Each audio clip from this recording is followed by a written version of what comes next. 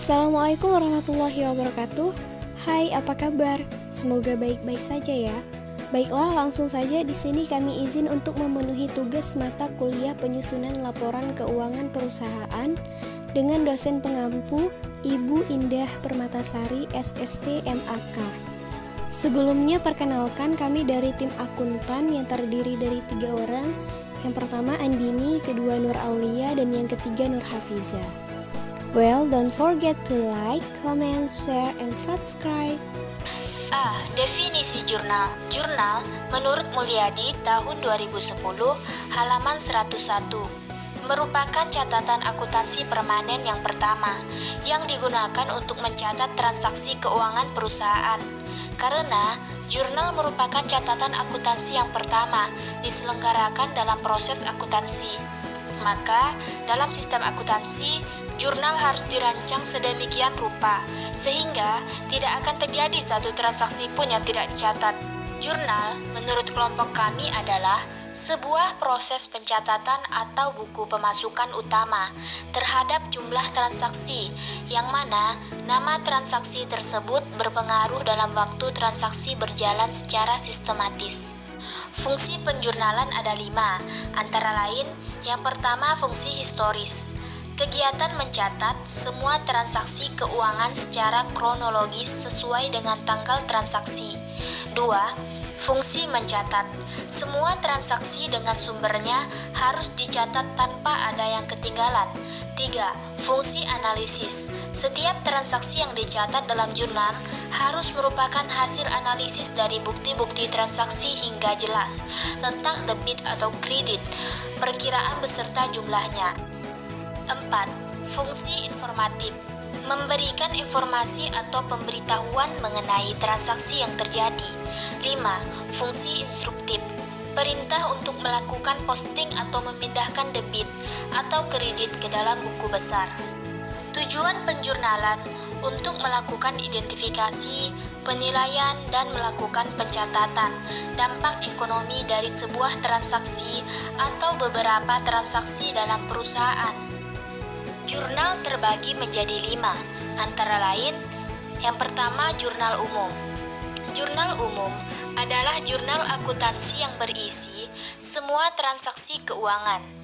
Pencatatan jurnal umum dilakukan dalam periode tertentu atau dijadikan sebagai buku harian dan disusun secara sistematis. Contoh kasus perusahaan jasa. Pak Mujiden membeli komputer secara tunai Rp 12 juta rupiah dan membeli isi ulang tinta dan kertas secara tunai Rp 8 juta rupiah. Maka jurnalnya adalah pada tanggal 1 September 2021 peralatan bertambah sebelah debit sebesar Rp 12 juta rupiah, perlengkapan bertambah sebelah debit Rp 8 juta rupiah, dan kas berkurang sebelah kredit Rp 20 juta rupiah. Maka totalnya adalah di sebelah debit Rp 20 juta dan sebelah kredit Rp 20 juta. Dan kedua sisinya menjadi balance atau seimbang. Contoh kasus perusahaan dagang, tanggal 1 September 2021 dibeli barang dagang 100 set jepitan anak-anak dari PT Mujiden secara kredit dengan syarat pembelian 2/10 N30 seharga Rp 3 juta rupiah. Maka jurnalnya adalah pada tanggal 1 September tahun 2021 persediaan barang dagangan bertambah sebelah debit Rp 3 juta rupiah dan utang dagangan berkurang sebelah kredit Rp 3 juta rupiah. Totalnya sebelah debit Rp 3 juta rupiah dan kredit Rp 3 juta rupiah. Maka hasilnya adalah balance antara sisi debit dan kredit. Contoh kasus perusahaan manufaktur, tanggal 1 September 2021 dibeli harga bahan untuk proses produksi yaitu bahan baku Rp 30 juta rupiah dan bahan penolong Rp 6 juta rupiah dengan total harga sebesar Rp 36 juta rupiah. Maka jurnalnya adalah pada tanggal 1 September 2021 barang dalam proses bertambah sebelah debit Rp 36 juta rupiah dan bahan berkurang sebelah kredit Rp 36 juta rupiah. Maka totalnya sebelah debit Rp 36 juta dan sebelah kredit Rp 36 juta rupiah. 2. Jurnal khusus. Jurnal khusus adalah catatan transaksinya dikelompokkan sesuai jadwalnya. Jenis-jenis jurnal khusus diantaranya: contoh kasus perusahaan dagang. Selama bulan September, perusahaan dagang Mujiden terjadi transaksi-transaksi sebagai berikut. Pada bulan September, tanggal 1, dibeli barang dagangan dari PT Sido Muncul sebesar Rp 10 juta rupiah dengan nomor faktur 120, syarat 3/15 N30. Tanggal 4, dibeli barang dagangan dari PD Kuning sebesar Rp1.300.000 dengan tunai. Tanggal 5, dijual barang dagangan kepada PD Natura sebesar Rp 2.500.000 dengan nomor faktur 221, syarat 2/10 N30. Tanggal 6, dijual barang dagangan kepada PD Jaya Rp 1.200.000 tunai. Tanggal 7, dijual barang dagangan kepada PD Mawar sebesar Rp 3 juta dengan syarat EOM nomor faktur 225. Tanggal 8, diterima pelunasan dari PD Mawar sebesar Rp 2 juta. Tanggal 9, dibayar beban listrik dan telepon untuk bulan September ini sebesar Rp 350.000. Dan tanggal 11, dibeli barang dagangan dari PT Lestari sebesar Rp 5 juta dengan syarat 3/15 N/30 nomor faktur 121. A. Jurnal pembelian. Pada tanggal 1 September tahun 2021, nomor faktur 120 akun yang dikredit pada PT Sido Muncul, termin 3/15 N30. Pembelian debit utang kredit Rp 10 juta.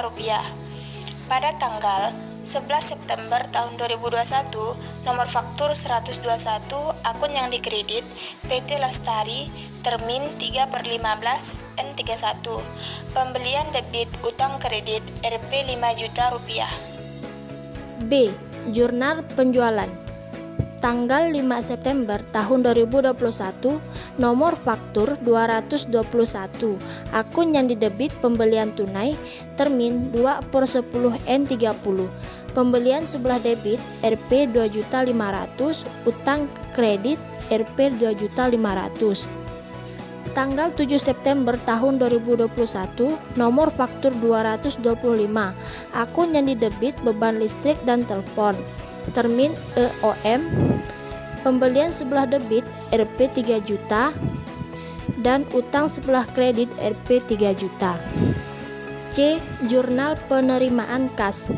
Tanggal 6 September tahun 2021, akun yang dikredit penjualan tunai kas Rp 1.200.000, penjualan sebelah kredit Rp1.200.000. Tanggal 8 September tahun 2021, akun yang dikredit PD Mawar kas Rp 2 juta, piutang dagang Rp 2 juta. Jurnal pengeluaran kas. Tanggal 4 September tahun 2021, akun yang didebit pembelian tunai. Pembelian sebelah debit Rp 1.350.000. Sebelah kas kredit Rp1.350.000. Tanggal 9 September tahun 2021, akun yang didebit beban listrik dan telepon. Serba-serbi debit beban listrik dan telepon jumlah Rp 350.000. Kas di sebelah kredit Rp 350.000. 3. Jurnal penyesuaian. Jurnal penyesuaian adalah jurnal yang biasanya dicatat pada akhir periode. Dalam jurnal ini biasanya berisi transaksi yang belum dicatat atau salah juga transaksi yang perlu disesuaikan. Akun yang memerlukan penyesuaian di akhir periode: A. Akun perlengkapan. B. Akun beban dibayar di muka. C. Akun aktiva tetap. D. akun pendapatan, E. akun beban, F. akun pendapatan diterima di muka. Contoh kasus perusahaan jasa. Yang pertama, beban penyusutan peralatan sebelah debit 1 juta terhadap akumulasi penyusutan peralatan sebelah kredit 1 juta. Yang kedua, beban asuransi sebelah debit 2 juta terhadap asuransi dibayar di muka sebelah kredit 2 juta. Yang ketiga, beban perlengkapan sebelah debit 5 juta terhadap perlengkapan sebelah kredit 5 juta. Yang keempat, pendapatan diterima di muka sebelah debit 1 juta terhadap pendapatan jasa sebelah kredit 1 juta. Yang kelima, beban gaji sebelah debit 10 juta terhadap hutang gaji sebelah kredit 10 juta. Yang keenam, beban bunga sebelah debit 500.000 terhadap hutang bunga sebelah kredit 500.000. Dan yang ketujuh, beban listrik dan air sebelah debit 250.000 terhadap hutang listrik dan air sebelah kredit 250.000. Total sebelah debit Rp 19.750.000 dan sebelah kredit Rp 19.750.000. Contoh kasus perusahaan dagang. Tanggal 31 Desember, keterangan harga pokok penjualan atau HPP sebelah debit Rp 18.200.000 terhadap pembelian sebelah kredit Rp 9.750.000, persediaan barang atau awal sebelah kredit 8.450.000, persediaan barang akhir sebelah debit Rp 9.210.000, retur pembelian sebelah debit Rp 250.000, potongan pembelian sebelah debit Rp 150.000. Harga pokok penjualan HPP sebelah kredit 9.160.000. Tanggal 31 Desember, keterangan beban perlengkapan kantor sebelah debit Rp 100.000 terhadap perlengkapan kantor sebelah kredit 100.000. Tanggal 31 Desember, keterangan beban perlengkapan toko sebelah debit Rp 140.000 terhadap perlengkapan toko sebelah kredit Rp 140.000. Tanggal 31 Desember, beban iklan sebelah debit Rp 200.000 terhadap iklan dibayar di muka sebelah kredit Rp 200.000. Tanggal 31 Desember, beban penyusutan peralatan kantor sebelah debit Rp 175.000 terhadap akumulasi penyusutan peralatan kantor sebelah kredit Rp 175.000. Tanggal 31 Desember, beban penyusutan peralatan kantor sebelah debit Rp 200.000 terhadap akumulasi penyusutan peralatan kantor sebelah kredit Rp 200.000. Tanggal 31 Desember, beban gaji bagi penjual sebelah debit Rp 50.000 terhadap utang gaji bagi penjualan sebelah kredit Rp 50.000. Tanggal 31 Desember, beban air, telepon dan listrik sebelah debit Rp 30.000 terhadap utang air, telepon dan listrik sebelah kredit Rp 30.000. Total sebelah debit Rp 28.705.000. Contoh jurnal penyesuaian perusahaan manufaktur, yakni pada tanggal 31 Desember pada akun ikhtisar produksi berada di kolom debit sebesar 18.800.000 terhadap persediaan BB sebesar 12 juta pada kolom kredit dan persediaan BDP sebesar 6.800.000 di kolom kredit. Dan ikhtisar laba rugi berada pada kolom debit sebesar 18.600.000 terhadap persediaan produk jadi, dalam hal ini mencatat persediaan awal yang mana berada pada kolom kredit sebesar 18.600.000.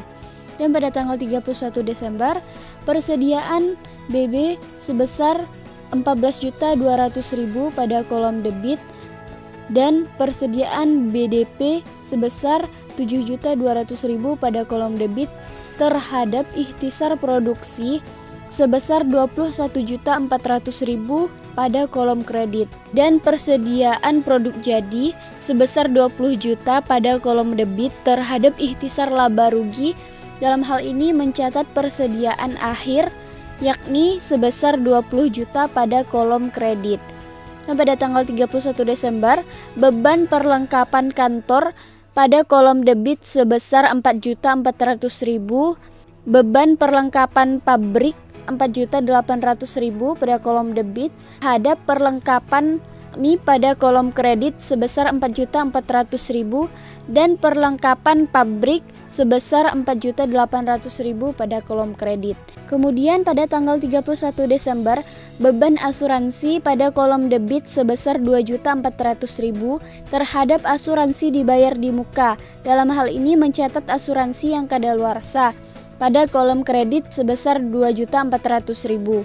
Kemudian pada tanggal 31 Desember, beban penyusutan mesin pada kolom debit sebesar 1.200.000 terhadap akumulasi penyusutan mesin pada kolom kredit sebesar 1.200.000. Dan yang terakhir yaitu pada tanggal 31 Desember yakni biaya gaji langsung pada kolom debit sebesar 1.400.000 terhadap utang gaji dan upah pada kolom kredit sebesar 1.400.000. Maka jumlah akhir dari jurnal penyesuaian perusahaan manufaktur ini balance antara kolom debit dan kredit. 4. Jurnal penutup. Jurnal penutup adalah jurnal yang dibuat pada akhir periode akuntansi untuk menutup akun-akun nominal sementara. Contoh kasus perusahaan jasa. Pada tanggal 31 Desember 2021, yakni pada akun pendapatan berada di kolom debit sebesar 15 juta rupiah terhadap ikhtisar laba rugi pada kolom kredit sebesar 15 juta rupiah. Maka total dari keseluruhan akhir adalah balance yakni masing-masing kolom debit dan kredit sebesar 15 juta rupiah. Kemudian contoh kasus perusahaan dagang, yakni pada tanggal 31 Desember 2021, akun pendapatan penjualan berada pada kolom debit sebesar 287 juta rupiah dan pendapatan sewa pada kolom debit sebesar 25 juta rupiah terhadap ikhtisar laba rugi pada kolom kredit sebesar 312 juta rupiah. Maka total akhir dari jurnal penutup ini adalah 312 juta rupiah dan mengalami balance antara kolom debit dan kredit. 5. Jurnal pembalik. Jurnal pembalik adalah kebalikan dari jurnal penyesuaian. Contoh pada kasus perusahaan jasa. Pada tanggal 1 September 2021, yakni pada akun biaya asuransi berada di kolom debit sebesar Rp100.000 terhadap asuransi dibayar di muka pada kolom kredit sebesar Rp100.000. Maka total akhir terjadinya balance antara kolom debit dan kredit. Kemudian contoh pada kasus perusahaan dagang. Pada tanggal 1 September 2021, akun beban sewa berada pada kolom debit, yakni sebesar Rp1.100.000 terhadap sewa dibayar di muka yang berada pada kolom kredit sebesar Rp1.100.000. Maka total akhir terjadi balance antara kolom debit dan kolom kredit. Sekian penjelasan dari tim akuntan dan semoga bermanfaat. Assalamualaikum warahmatullahi wabarakatuh.